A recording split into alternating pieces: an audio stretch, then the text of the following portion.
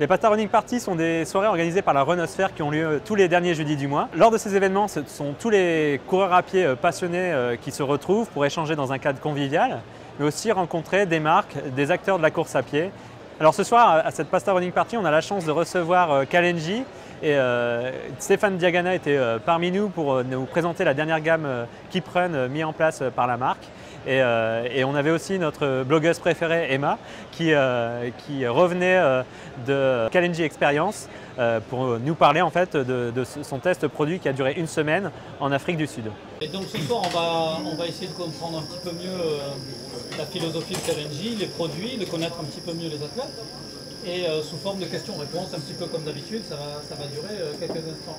Donc en fait, la première question est assez simple. Par rapport aux produits, Decathlon et Kalenji depuis maintenant une dizaine d'années, tout le monde connaît.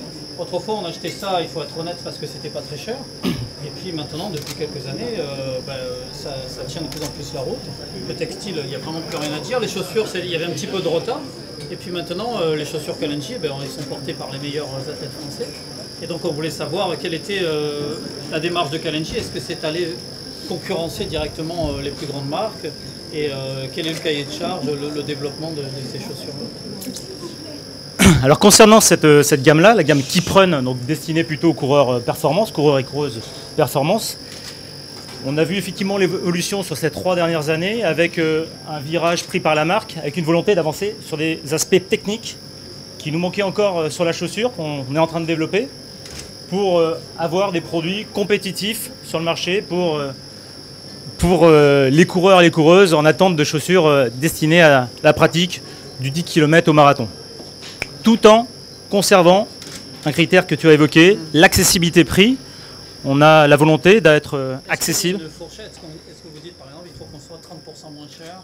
Est-ce que c'est des prix qui sont fixés à l'avance ou alors, c'est-à-dire vous faites avec le budget, on dit bon voilà il faut que ça fasse 100 € et du coup je prends les matières qui vont avec, ou alors vous faites une bonne chaussure et elle arrive au prix qu'elle a. Alors on ne renonce pas aux matériaux, au choix de recherche et développement, au choix de conception. On ne renonce pas là-dessus. En fait, l'avantage qu'on a aujourd'hui chez Oxylane, c'est de maîtriser le réseau de distribution. On a un réseau de distribution qui est intégré. Donc Je t'explique Oxylane. Oui, Oxylane, pardon, excuse-moi. C'est vrai que je suis dedans. Donc c'est le groupe dans lequel on retrouve les marques Passion, telles que Kalenji, Quechua, Between. Mais on retrouve également la forme de vente Decathlon, celle que vous connaissez toutes et tous, j'imagine, dans laquelle on retrouve ces produits. Donc effectivement, en ayant cette forme de vente intégrée, en maîtrisant de la production à la distribution, ça nous permet de maîtriser nos coûts. Et deuxième volet, c'est la communication. On n'a pas des investissements énormes dans la communication, ce qui nous permet de tenir des prix tels qu'on les tient aujourd'hui, puisque sur la gamme dont je suis en train de vous parler, on est sur des prix qui ne dépassent pas les 100 € pour le modèle le plus cher. Si ça peut répondre à ta question. Oui. Et justement, je l'ai un peu évoqué tout à l'heure, est-ce que dans les années qui vont venir, par exemple, vous envisagez de concurrencer Nike, Adidas, ou alors vous avez un chemin parallèle et vous faites vos petits bouts de chemin? Alors techniquement, oui, on a la volonté d'être parmi les meilleurs concepteurs de chaussures de running, en tout cas d'équipements de running dans le monde. Ça, c'est une volonté. Ça, c'est important aussi. Tu parlais d'Oxylane. Enfin, le Decathlon est présent partout dans le monde quasiment maintenant. Decathlon est présent dans une bonne partie des pays. On est présent en Amérique du Sud, au Brésil, en Chine. En Chine, c'est ça, j'ai appris là que vous étiez et que c'était très prisé en Chine, que les Chinois adoraient. Les produits Decathlon, c'est génial. Ouais. Donc on commence à être présent effectivement dans pas mal de pays.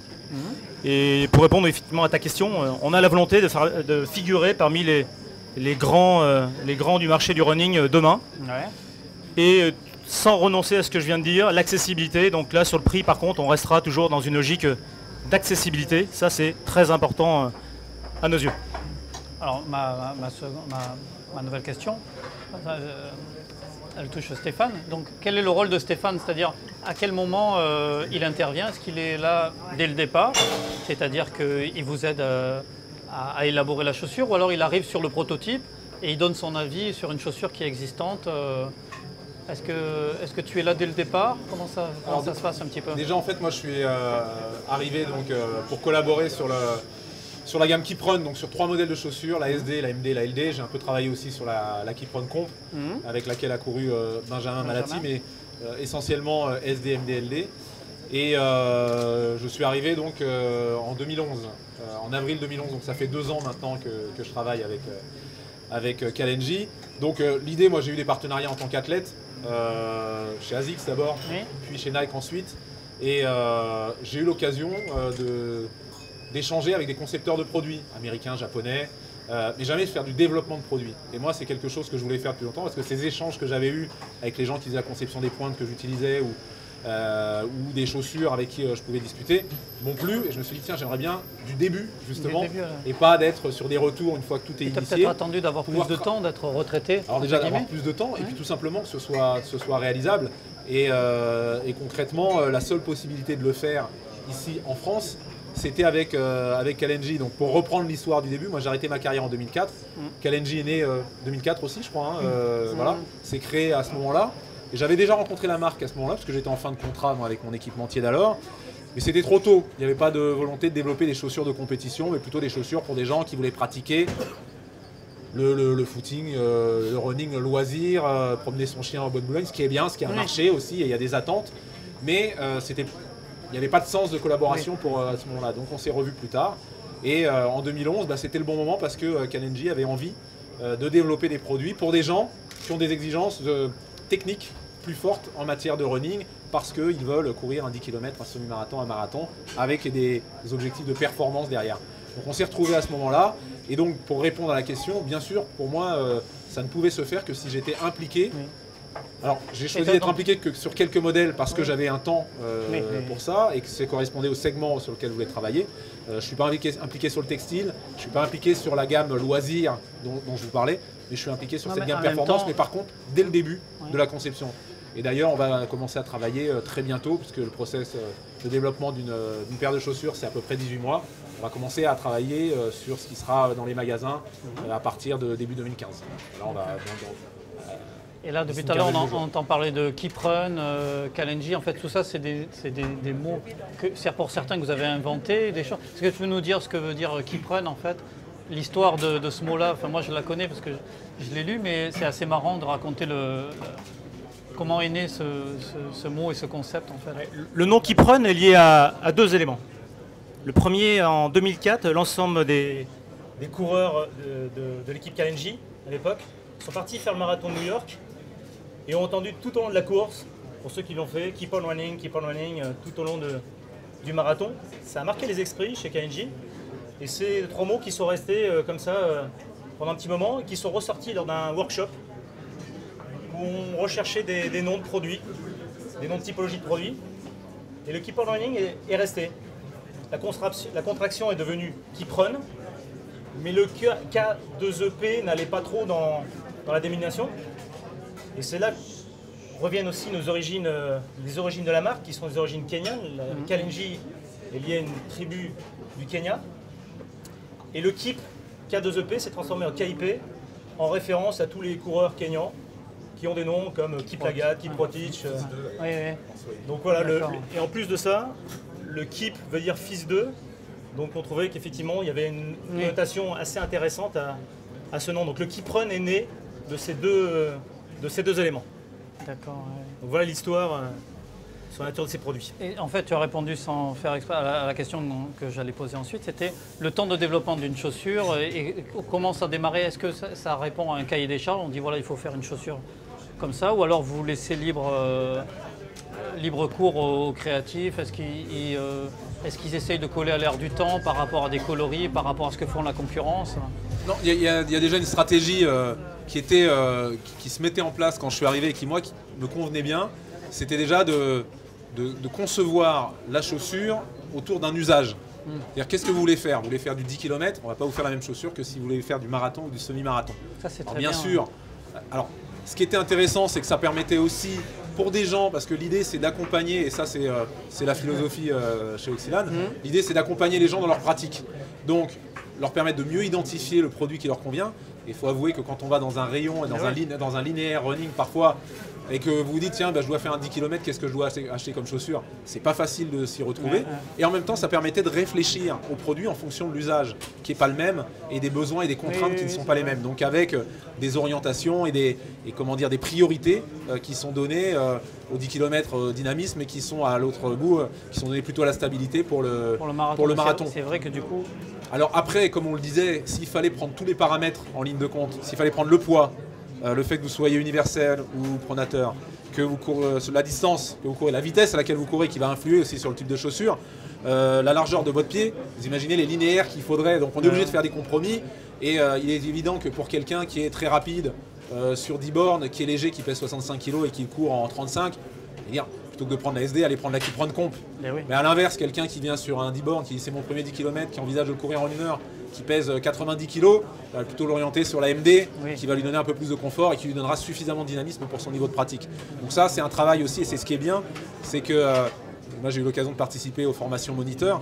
On peut l'expliquer aux moniteurs parce qu'on maîtrise aussi la distribution et pour qu'ils fassent leur métier du mieux possible en comprenant comment la gamme a été construite.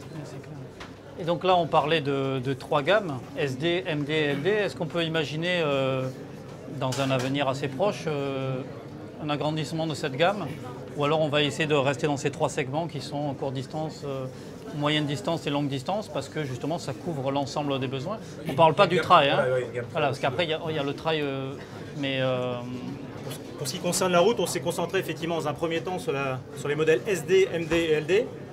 La dernière née, elle est arrivée début janvier. C'est celle que j'ai au pied. Alors je vais vous la montrer parce que ceux qui sont derrière ne la voient pas forcément. Donc c'est la Keep Run Comp. Les 3 pieds, les 3 autres modèles sont plutôt destinés, j'irai au gros du peloton. Ce qui nous manquait dans le dispositif, c'est un pied. Gros en termes de poids. La majorité. Ce qui manquait, c'est un pied vraiment dédié à la compétition, à des coureurs et coureuses très rapides sur route, donc moins de 36 sur 10 bornes, moins de 2,40 sur marathon. Donc on est quand même sur une population quand même de tout de suite, beaucoup plus restreinte. Par contre, c'était une volonté d'avoir un pied compétition. Et c'est ce pied aujourd'hui, cette chaussure-là, qui équipe notamment Benjamin Malati, qui a fait 2,12 au marathon de Paris, donc premier français, et qui est qualifié pour les championnats du monde de Moscou.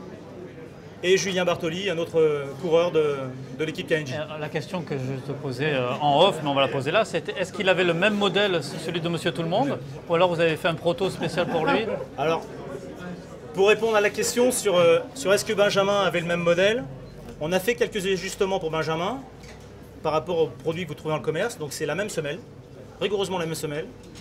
Benjamin a un pied très fin. Donc on a fait un ajustement de patronage sur la tige pour coller au plus près de son pied, pour lui garantir un super maintien pour toute sa course. Et deuxième point, ce qui est le cas de beaucoup de coureurs et coureuses, il a 2 pieds de longueur différente. Donc il avait une chaussure en 43, une chaussure en 43,5. On a vraiment cherché à lui proposer le produit le plus adapté à ses exigences pour cette course marathon. Par contre, le reste, c'est rigoureusement ce que vous avez en magasin. Julien Bartoli, par exemple, a couru avec un modèle qui est en magasin. Et il a fait de 22. Oui, donc c'est voilà, vraiment un modèle de compétition. Quelques petits ajustements. Ouais. On est à 205 grammes en taille 43, pour information. D'accord. On va enchaîner avec ce qui existe depuis 2 ans, donc à savoir la KNJ Experience. Donc l'idée, pour ceux qui ne connaissent pas, la KNJ Experience, c'est de prendre 6 personnes, 3 hommes, 3 femmes, que l'on amène au bout du monde pour faire tester des produits Decathlon. Dans ce cas-là, ce n'est pas que les chaussures, mais c'est le textile, c'est la course sur route, c'est le trail. L'année dernière, c'était en Australie, cette année, c'était en Afrique du Sud. Et puis cette année, on a eu la chance d'avoir l'une de nos membres, Emmanuel, qui a participé. Donc l'idée, c'était qu'on parle un petit peu comme ça, mais je pense que tout le monde a suivi. Donc ils connaissent globalement, mais peut-être rappeler juste les bases et le concept de la KNJ Experience. Et j'espère que tu nous donneras un peu en exclusivité la prochaine destination, ou en tout cas des pistes de choix vers lesquelles vous irez. Et puis après, on écoutera Emmanuel qui va nous raconter. Mais on a tellement suivi qu'on sait qu'elle est enchantée et qu'elle a adoré ça. Avant de laisser la main à Emma, parce qu'elle va vous raconter mieux que moi ce qui s'est passé, même si on a vécu cette aventure ensemble. C'est la 2e année que l'on fait cet événement, la KNJ Experience. La vocation de cette aventure, c'est d'amener 6 coureurs, coureuses dans un coin extraordinaire de la planète pour tester nos produits, les produits textiles, les produits chaussants, toute la gamme de produits, dans un environnement de rêve, autour de 5-6 journées de running. Et lors de cette Kalenji Experience en Afrique du Sud, Emma va pouvoir vous raconter effectivement ce qui s'est passé, comment s'est traduit cette opération de test. Je te laisse la main, Emma. Ouais. Ouais. Alors Emma, en fait, on rappelle, c'était une semaine à peu près. En fait, c'était 6 jours de test plus une journée de repos, je crois, à la fin. Donc c'était sur une semaine. Alors, est-ce que tu n'as pas hésité par rapport au marathon de Paris? Ou alors tu t'es dit non, c'est une trop belle opportunité? Non, je me suis dit ça, j'ai eu l'occasion une fois dans ma vie, tant pis le marathon, il y en aura d'autres. Oui. Enfin, j'y ai pensé à un moment, mais seconde, après, ouais. voilà. Tu t'es dit je vais pas gâcher. Le choix était vite fait. Bah oui, bien sûr. Ouais. Alors comment s'organisaient les journées? Est-ce que tout était écrit à l'avance? Le lundi, on teste short débardeur, par exemple, et telle chaussure, la SD, le lendemain... C'est ça, il y avait un scénario un petit peu, tout était... C'était écrit à l'avance, mais nous, on le découvrait le jour même ou la veille, parfois. Donc, on avait notre petit rituel chaque soir après le repas. On avait la distribution du matériel, donc chacun avait sa tenue pour le lendemain. Et le lendemain, tout le monde testait la même chose? Ouais. Enfin, modèle homme et femme, bien entendu, mais tout le monde faisait la SD, par exemple. En chaussures, on testait le même produit. Après, il y avait des tests textiles aussi. Donc, parfois, c'était que pour les femmes ou d'autres choses pour les hommes. Est-ce que c'était des modèles qui étaient déjà arrêtés ou il y avait aussi des prototypes? Est-ce qu'ils servaient de testeurs dans ces cas-là? Est-ce qu'il y avait des modèles qui n'étaient pas encore, qui n'allaient pas forcément être commercialisés tout de suite? Non, on avait uniquement des modèles qui sont déjà commercialisés. D'accord. Donc Qui sont en passe d'arriver, qui arrivent en magasin actuellement. Donc c'était plutôt des modèles qui étaient déjà aboutis. D'accord. Et donc, c'est pas trop éprouvant? Que ça marche, comment ça se passe? C'est levé à 6 h du matin certains jours, ouais, on se levait tôt. Parce qu'en fait, c'est pas des vacances? Non, on était occupés toute la journée. Ouais. C'était dans la bonne ambiance. Vous parlez trop, c'est pour ça. Non, il y avait une très bonne ambiance, mais on était quand même bien occupés. Et certains jours, on s'est levé, je sais plus, à 5h30 ou 6h pour être au bon endroit, avec la bonne lumière. Vous étiez sur différents lieux, donc oui. vous alliez de ville en ville. Vous n'aviez pas établi un camp de base et les photos se faisaient autour. C'est ça, vous vous déplaciez? On était au Cap, on était toujours au même hôtel et en fait, on rayonnait du Cap. D'accord, parce que moi j'ai vu les photos du bus et j'ai halluciné sur les WC dans la remorque. Ça c'est génial, je n'ai jamais vu ça. Donc, ils voyageaient en bus, pour ceux qui n'ont pas vu les photos, ils voyageaient en minibus, ils étaient à peu près 20, donc il y avait les 6 testeurs, plus les gens du marketing, plus les photographes et tout ça. Et derrière, ils avaient une remorque avec un WC homme et un WC femme, et qui les suivaient en permanence, donc ils avaient leur propre WC, et ça c'est incroyable. Ouais. Et donc, est-ce que tu as découvert des produits qui t'ont épaté ou en te disant, tiens, finalement, Kalenji, je connaissais, mais pas plus que ça. Et j'ai vraiment adoré les chaussures, par exemple, parce que c'était un peu le point faible de Kalenji jusqu'à présent. Je ne connaissais pas du tout les produits, j'avais jamais couru avec une chaussure Kalenji, donc pour moi c'était vraiment une découverte. Et c'est vrai que j'étais vraiment agréablement surprise. Ouais. C'est vrai qu'après, Olivier, je pense qu'il pourrait en témoigner à chaque fois qu'on faisait le débrief, je donnais vraiment mon impression, même si de toute façon toutes les chaussures sont perfectibles. Oui. Et j'ai vraiment été séduite par la MD, qui m'a vraiment bien plu. J'ai une super sensation avec ces chaussures. Et après, il y a la LD, c'est pas du tout le genre de chaussures avec lesquelles je cours, donc effectivement, je la trouve très bien conçue aussi. Et non, je trouve que ce sont des produits techniques, et bon, après, peut-être en termes de design, il y a des choses encore à faire, mais sinon, non, mais je pense qu'ils ont vraiment passé un cap, oui. Ils sont vraiment dans la cour des grands, et après, ça va se perfectionner encore un petit peu, et c'est le rôle des chefs de produits de faire évoluer justement. D'ailleurs, depuis mon retour, je cours régulièrement avec des Kalenji. Ah, voilà. C'est bien. Ok, écoutez, je pense qu'on a fait le tour. Si ensuite vous avez des questions, vous pourrez voir directement les chefs de produits, Stéphane, Emmanuel. Donc n'hésitez pas, on est là pour échanger, pour parler un petit peu de course à pied, puisque c'est notre passion. Merci à vous tous, et puis ça continue. Merci.